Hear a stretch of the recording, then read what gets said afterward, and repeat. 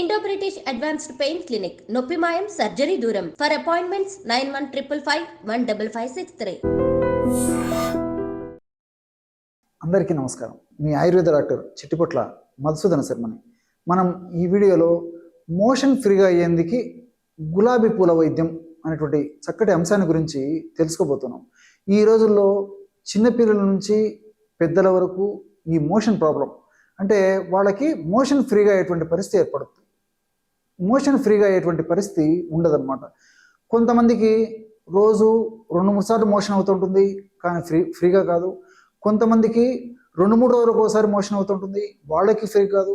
మరికొంతమందికి మోషన్ రోజు ఉదయం నుంచి రాత్రి లోపల ఏదో ఒకసారి అవుతుంటుంది, వాళ్ళకి మోషన్ ఫ్రీ కాదు. ఇంకొంతమంది ఉంటారు, వాళ్ళకి రోజు టయానికి మోషన్ అవుతుంది కానీ అయ్యేటువంటి మోషన్ను ఫ్రీగా రాదు. వీళ్ళందరూ కూడా ముక్కడం కానీ ప్రయత్నం చేయడం కానీ బలవంతంగా ఇతర ప్రక్రియలు అనుసరించడం వల్ల కానీ చేసి ఆ మోషన్ను బయటికి నెట్టేందుకు ప్రయత్నం చేస్తూ ఉంటారనమాట. మరి ఈ మోషన్ ఫ్రీగా కాకపోవడం వల్ల అనేక రకాలైనటువంటి సమస్యలు కలుగుతాయి. అంతేకాకుండా ఉన్నటువంటి సమస్యలు కూడా, అనారోగ్య సమస్యలు కూడా ఎక్కువయ్యేందుకు అవకాశం ఏర్పడుతూ ఉంటుంది. ఈ మోషన్ సరిగా ఫ్రీగా కాకపోవడం వల్ల మరి ఇలాగే ఈ యొక్క సమస్య కొనసాగుతుండడం వల్ల ఈ మలద్వారానికి సంబంధించినటువంటి అనేక రకాలైనటువంటి సమస్యలు అంటే ఫిషర్స్ రావచ్చు, అదేవిధంగా పైల్స్ రావచ్చు, ఫిస్టులా లాంటి సమస్యలు రావచ్చు, ఇదే విధంగా మరి ఈ యొక్క ప్రేవులకు సంబంధించినటువంటి సమస్యలు రావచ్చు, ఇతర అనేక రకాలైనటువంటి సమస్యలు కూడా రావచ్చు. అట్లే మరి ఈ వెయిట్ పెరిగేందుకు అవకాశం ఉంటూ ఉంటుంది. అదేవిధంగా హార్మోన్కి సంబంధించినటువంటి సమస్యలు వచ్చేటువంటి అవకాశం ఉంటూ ఉంటుంది. ఇతర నొప్పులకు సంబంధించినటువంటి కీళ్ళ నొప్పులు, మోకాళ్ళ నొప్పులు, భుజం నొప్పులు, అదేవిధంగా మెడ నొప్పులు, అదేవిధంగా నడుము నొప్పులు, ఇలాంటి సమస్యలు వచ్చేందుకు అవకాశం ఉంటూ ఉంటుంది. ఇలాంటి అనేక రకాలైనటువంటి సమస్యలు కూడా ఈ మోషన్ ఫ్రీగా కాకపోవడం వల్ల కలుగుతూ ఉంటాయి అన్నమాట. మరి ఈ మోషన్ ఫ్రీగా ఎందుకు క్షేమదాయకమైనటువంటి ఔషధాన్ని వాడుకోవాలి. దీర్ఘకాలం పాటు వాడినప్పటికీ ఎలాంటి ఇబ్బంది లేనటువంటి ఔషధాన్ని వాడుకోవాలి.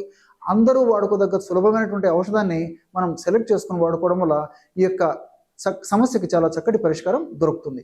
మరి ఇంతకుముందే చెప్పుకున్నట్లు చిన్నపిల్లల నుంచి పెద్దల వరకు కూడా ఈ యొక్క సమస్య ఉండేటువంటి పరిస్థితి ఏర్పడుతుంటుంది. కాబట్టి మరి అందరూ వాడుకోదగ్గ క్షేమదాయకమైనటువంటి ఔషధాన్ని మనం ఈ వీడియోలో తెలుసుకోబోతున్నాం. మరి ఆ యొక్క ఔషధం ఎలా తయారు చేసుకోవాలంటే, గులాబీ రేఖల పొడి ఒక 25 గ్రాములు తీసుకోండి. గులాబీ రేఖలు తెలుసు కదా, మనకు సంవత్సరం అంతా కూడా మనకి మార్కెట్లో దొరుకుతాయి.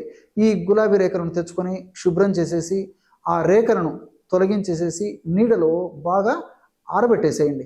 నీడలో బాగా ఎండిపోయిన తర్వాత వాటిని పొడిలాగా అంటే మిక్సీలో వేసుకొని కానీ లేకపోతే ఒక రోట్లో వేసుకొని దంచేసేసి పౌడర్ లాగా తయారు చేసుకోండి అనమాట. అలా కాని పక్షంలో మనకి ఆయుర్వేద ఔషధ విక్రయశాలలో, పచారీ కొట్లలో కూడా ప్రామాణిక కంపెనీ వాళ్ళు తయారు చేసేటువంటి రోజా పూల పౌడర్ కూడా దొరుకుతుంది. ఈ రోజా పూల పొడి అలాంటిది మీకు దొరికేట్లయితే అది తీసుకుని వాడుకుంటే సరిపోతుంది. కానీ వీలైనంత వరకు మీరు స్వయంగా తయారు చేసుకుని వాడుకుంటేనే చాలా చక్కటి ఫలితాలు త్వరగా శీఘ్రంగా కలిగేదానికి అవకాశం ఉంటూ ఉంటుందన్నమాట. ఎందుకంటే ఈ రోజా పూల యొక్క గుణం ఏంటంటే, రోజా పూల యొక్క పొడిని మనం దీర్ఘకాలం పాటు అంటే చాలా కాలం పాటు నిల్వ ఉంచితే అందులో ఉన్నటువంటి ఔషధ గుణాలు తగ్గిపోయేటువంటి పరిస్థితి ఏర్పడుతుంది. కాబట్టి మరి ఆ పౌడర్ని మనం మార్కెట్లో తెచ్చుకున్నటువంటి పౌడరు ఎప్పుడో తయారు చేసిందైతే ఫలితాలు అంత ఆశాజనకంగా ఉండవు. కాబట్టి మరి విచారించి ఈ మధ్య కాలంలోనే తాజాగా తయారు చేసినటువంటి పౌడర్ దొరికేట్లయితే అది తెచ్చుకోండి. లేకపోయినట్లయితే మీకే మీరు తయారు చేసుకొని ఔషధంగా వాడుకోండి. ఈ రోజా పూల పొడి ఒక 25 గ్రాములు తీసుకోవాలి. అట్లే సునాముఖి ఆకు పొడి బాగా నిదానంగా రాసుకోండి. సునాముఖి ఆకు పొడి. ఈ సునాముఖి ఎండించినటువంటిది ఆకు మనకు మార్కెట్లో దొరుకుతుంది. మంచి కంపెనీ వాళ్ళు, స్టాండర్డ్ కంపెనీ వాళ్ళు తయారు చేసేటువంటి ఈ యొక్క పౌడర్ కూడా మనకు మార్కెట్లో దొరుకుతుంది. ఆకు కూడా మనం తెచ్చుకొని సులభంగా పౌడర్ లాగా తయారు చేసుకోవచ్చు అనమాట. చాలా త్వరగా మిక్సీలో పౌడర్ అయిపోతుంది. ఈ సునామికి పొడి ఒక 25 గ్రాములు తీసుకోండి. సైంధవ లవణం పొడి ఒక 10 గ్రాములు. సైంధవ లవణాన్ని రాక్ సాల్ట్ అనేటువంటి పేరుతో పిలుస్తారు. గడ్డల రూపంలో మనకు మార్కెట్లో దొరుకుతుంది. ఆడ గడ్డలు తెచ్చుకొని కూడా సులువుగా పౌడర్ తయారు చేసుకోవచ్చు. లేకపోతే పౌడరే మనం తెచ్చుకొని కూడా వాడుకోవచ్చు. ఈ యొక్క సైంధవ లవణం చూర్ణము ఒక 10 గ్రాములు తీసుకోండి.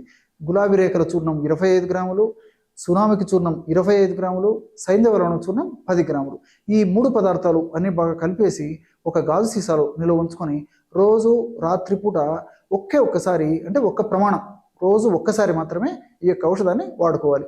ఎలాగంటే 100 మిల్లీలీటర్ల నీళ్ళల్లో వీలైతే గోరువెచ్చని నీళ్ళైతే మరీ మంచిది. లేని పక్షంలో మామూలు టెంపరేచర్ ఉన్నటువంటి నీళ్లు ఒక 100 మిల్లీలీటర్ల నీళ్లు తీసుకొని అందులో వయస్సు ఎక్కువగా ఉండి మనుషులు బాగా లావుగా ఉండి అదేవిధంగా వాళ్ళకు ఈ యొక్క మోషన్ ఫ్రీగా కాకపోవడం అనేటువంటి సమస్య ఎక్కువగా ఉండి మలబద్ధక సమస్య ఎక్కువగా ఉండి కాన్స్టిపేషన్ సమస్య ఎక్కువగా ఉన్నప్పుడు 5 గ్రాముల వరకు అంటే 1 టీ స్పూన్ వరకు వాడుకోవచ్చు. అంటే 1 టీ స్పూన్ పౌడర్ని 100 మిల్లీలీటర్ల నీళ్ళల్లో కలిపేసి రాత్రిపూట సేవించాలి. ఈ విధంగా సేవించినప్పుడు ఆ యొక్క ఔషధం తీసుకున్నటువంటి తక్షణమే అత్యంత శక్తివంతంగా ఔషధం జీర్ణ వ్యవస్థ మీద పనిచేసి ప్రేవుల కదలికలను సజావుగా చేసి మరుసటి రోజుకే దాని ప్రభావాన్ని చూపించేటువంటి పరిస్థితి కలుగుతుంది అనమాట. అంటే తీసుకున్నటువంటి రోజు అంటే ఆ రోజు రాత్రి మనం ఔషధాన్ని తీసుకున్నట్లయితే మరుసటి రోజే దాని యొక్క ప్రభావం చూపించి మోషన్ ఫ్రీగా కావడం మొదలవుతుంది అనమాట. ఈ యొక్క పద్ధతిలో సమస్య తీవ్రతను బట్టి వ్యాధి యొక్క ఉధృతిని బట్టి శరీర ప్రకృతిని బట్టి 5 గ్రాముల వరకు మ్యాక్సిమం వాడుకోవచ్చు. లేని పక్షంలో మరి చాలా మందిలో 100లో దాదాపు 70-80% మందిలో పెద్దల్లో కూడా 1/2 టీ స్పూన్ అయితే సరిపోతుంది అనమాట. 1/2 టీ స్పూన్ పౌడర్ని 100 మిల్లీలీటర్ల నీళ్ళలో కలిపేసి సేవిస్తూ ఉంటే సరిపోతుంది. అంటే 2.5 గ్రాము పౌడర్. మరి చిన్న పిల్లలు అంటే 5 సంవత్సరాలు 6 సంవత్సరాలు దాటినటువంటి పిల్లలు అయితే ఈ యొక్క ఔషధాన్ని 1 గ్రాము నుంచి మొదలు పెట్టేసేసి 1.5 గ్రాము 2 గ్రాములు ఇలాగా వాళ్ళ యొక్క వయస్సును బట్టి వారి యొక్క వ్యాధి యొక్క ఉధృతను బట్టి కాస్త ఔషధాన్ని పెంచుకుంటుంటే సరిపోతుంది. ఇలా వాడినప్పటికీ 2-3 సార్లు మోషన్ అయ్యేటువంటి పరిస్థితి ఏదైనా ఉంటే మరి తర్వాత నుంచి ఆ యొక్క ప్రమాణాన్ని కూడా తగ్గించి వాడితే సరిపోతుంది అనమాట. ఈ విధంగా వాడుకోవడం వల్ల చాలా అద్భుతమైనటువంటి ఫలితాలు కలుగుతాయి. మరి ఈ యొక్క ఔషధాన్ని వాడుకుంటూ కొన్ని జాగ్రత్తలు కూడా తీసుకోవాలి. అంటే రోజు టయానికి ఆహారం తీసుకుంటూ ఉండాలి, సమయానికి విశ్రాంతి తీసుకుంటూ ఉండాలి. అట్లే తీసుకునేటువంటి ఆహారంలో junk food, fast food, bakery foods, ice creams, cool drinks ఇలాంటివి మ్యాక్సిమం అవాయిడ్ చేయాలి. ఎప్పుడో ఒకసారి పర్వాలేదు కానీ మరి ఎంత అవాయిడ్ చేయగలిగితే అంత మంచిది. పీచు ఉన్నటువంటి ఆహార పదార్థాలు అంటే ఫైబర్ ఉన్నటువంటి ఆహార పదార్థాలు ముఖ్యంగా పళ్ళు, కాయగూరలు, కూరగాయలు ఇలాంటివి తీసుకోవాలి. అట్లే వీలైనంత వరకు రాత్రిపూట సాధ్యమైనంత వరకు పెందలాడే రాత్రిపూట డిన్నర్ ముగించడానికి ప్రయత్నం చేయాలి. అట్లే రోజు ఒక ఎక్సర్సైజ్ వాకింగ్ కానీ జాగింగ్ కానీ రన్నింగ్ కానీ స్కిప్పింగ్ కానీ స్విమ్మింగ్ కానీ ఇలాంటి ఏదో ఒక ఎక్సర్సైజ్ చేయడం కూడా అలవాటు చేసుకోవాలి. ఇలాంటి చిన్న చిన్న జాగ్రత్తలు తీసుకుంటూ నేను చెప్పినటువంటి పద్ధతిలో ఈ యొక్క ఔషధాన్ని కొన్నాళ్ళ పాటు వాడి ఆపేసినప్పటికీ ఈ యొక్క ఔషధ ప్రభావం సదా మన దేహంలో ఉంటూ సదా మనల్ని కాపాడుతూ సదా ఆరోగ్యంగా ఉంచేందుకు ఉపయోగపడమే కాకుండా మనం తీసుకునేటువంటి జాగ్రత్తలు కూడా మనకి మోషన్ ఫ్రీగా అయ్యేందుకు ఉపయోగపడమే కాకుండా ఈ మోషన్ ఫ్రీగా కాకపోవడం వల్ల కలిగేటువంటి అనేక రకాలైనటువంటి ఉపద్రవాలు కూడా రాకుండా ఆపేందుకు కూడా మనం తీసుకునేటువంటి జాగ్రత్తలు కాపాడుతాయి. అదేవిధంగా ఈ యొక్క ఔషధం కూడా చాలా చక్కగా ఉపకరిస్తుంది. చూశారు కదా ఎటువంటి సులువైనటువంటి ఔషధ యోగాన్ని మోషన్ ఫ్రీగా అయ్యేందుకు ఈ గులాబీ పూల రేఖలతో తయారు చేసుకుని వాడుకొని సద్వినియోగం పొందవచ్చో ఈ వీడియోలో తెలుసుకున్నారు కదా. మరొక వీడియోలో మరొక అంశంతో మళ్ళీ కలుద్దాం. అంతవరకు నమస్కారం. మీ చిట్టిపొట్ల.